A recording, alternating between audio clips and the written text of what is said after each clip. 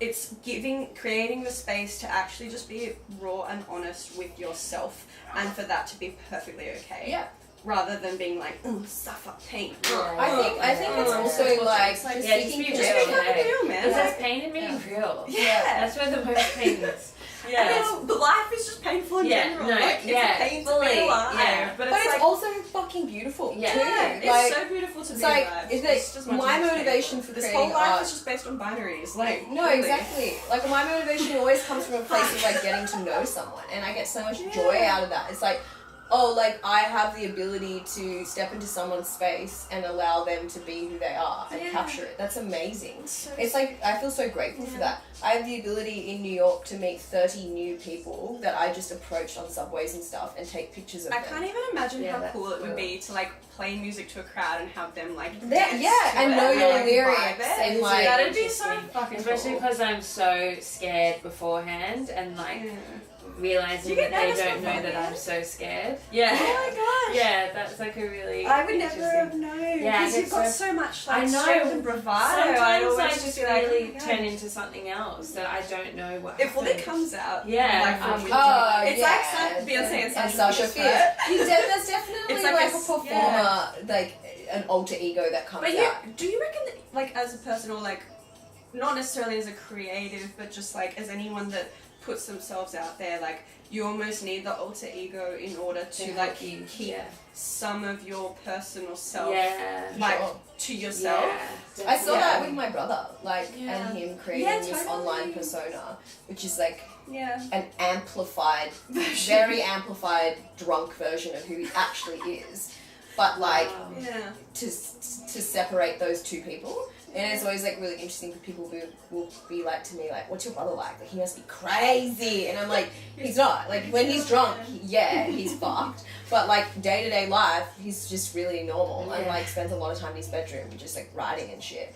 But it's like, and also like a lot of comedians have that. Like a lot, you know, there's pretty much every comedian has suffered with some form of depression. Yeah, well with DJing, I spend all day in bed sometimes because like it knocks me out. Yeah. And like I just like to like stay inside and I really love watching TV. Like I really love it. Yeah, my brother's like that too. Yeah, fucking See, love I it. enjoy it. That's crazy. I wish sometimes I just want to just like I love like nest in a documentaries. ball. I love and episodes. Like I'm like I love binge watching stuff and I'm like I just want to like think I'm like a party animal and like Ebony as well. That we're just like out all the time. Like I would like to be the opposite because when it's your work, it's the opposite. It's just like takes all of that out of it. Like, it's like it becomes the driest like setting. Yeah, fully. It's so funny. I reckon like it's interesting being like at a festival versus like being like behind the scenes of a festival because it's like I remember when I did all this stuff with like Groove in the Mood,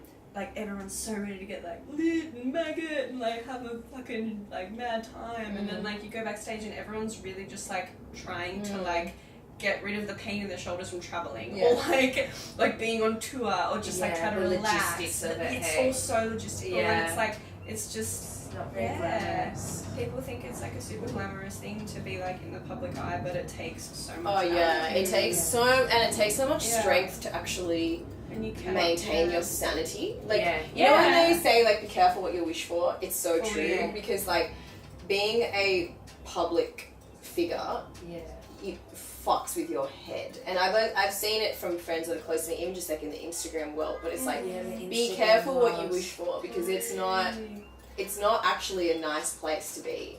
Sometimes you know that it almost goes back to that whole like ignorance is bliss and like the less you know about all that shit, the better. Yeah. And like and with dating people, it's like, I really don't want you to know about industry stuff. It's so funny how like we just kind of are at this point where it's like we're conditioning each other and ourselves and to like want to be in the public eye and to value value being validated, and to value followers. Like what does that even mean? What is a follower? Who are they?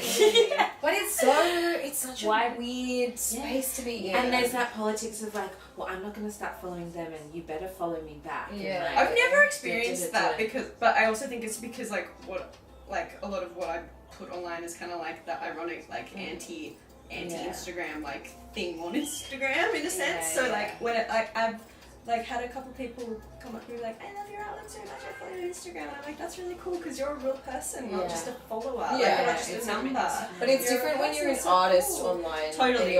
It's like I have a nice experience it's so fun. For sure, like. But guys though, I've had like a couple people like, oh my god, you're the artist, like oh my god, that's so cool. And it's like suddenly I'm like this cool art girl, and I'm like, fuck off, man. Like I sit around in like, you know what's even more gross when you realize people are only around you for a tag. Oh, that's really gross. That's so real. It's so real. That's so and it's real. So gross. And you feel dirty. And you feel really like. And you're like, oh. But like, I've never thought. The thing is, like, I've never thought of myself as someone that's like Instagram famous or like at it. Like, I've never thought of it that way. It's like it was a vehicle for me to share my work.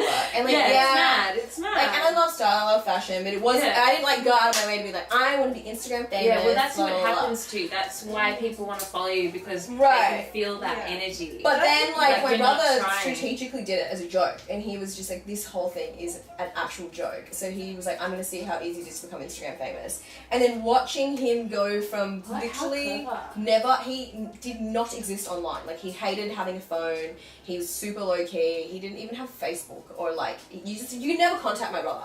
And then he just like was living in this house with us. I was like, alright, I'm just gonna see how easy it is. And I literally watched from start to finish what happens to a person. Like, we should have documented it because as much as he was in control, he also definitely tipped and got an ego and got super sucked in. And like I've never seen anything like it before in terms of like the response. Like, we had people camping out in front of our house to get a photo with him. It was fucked. And Luca. Yeah. And like, we would go out and straight away, your mum's your dad. And people would pull out their phones and start the big flash. And I remember this one time we were at like Oxford Arts or somewhere, there was a gig on, and I saw a swarm of lights just all of a sudden light up around him, and there was a circle of people. Can you imagine people in your face just like with a really bright flash? And that's when I felt really sad for him, because I was like, this is sad, because all it means to them is just this like a few second video on Snapchat that's like, I met your mum, your dad. It's funny that's like... And girls, oh my god, like every one of them, I knew what they were there for. Yeah. Still, like, it's so like... how do you fix that? What happens? It's funny, I think it's like, I reckon there's gonna be like... He moved to Bali. Yeah. I reckon there'll be a tipping point with like social media where like celebrity factor will become so like so normalized easy to get. The majority, every second person's Instagram famous in Sydney. Like, even when I explain it to people here, because like I think it's the same thing as like once it's normalized, it just kind of like meh, whatever. Make sure this is not so much like like whatever, but it's more like okay, like maybe it's not okay to feel like that'll be like that. So maybe our actions will change over time. It has to just it'll fizzle out. It'll be like MySpace. Yeah. It'll just fizzle out. There'll be some other thing and it'll fizzle out. And hopefully the next thing won't be as quite so destructive. What the fuck was that sentence? I reckon that was good. I really fucked that sentence up. I'm gonna cut it here. That was cool. I think this is gonna be a thing.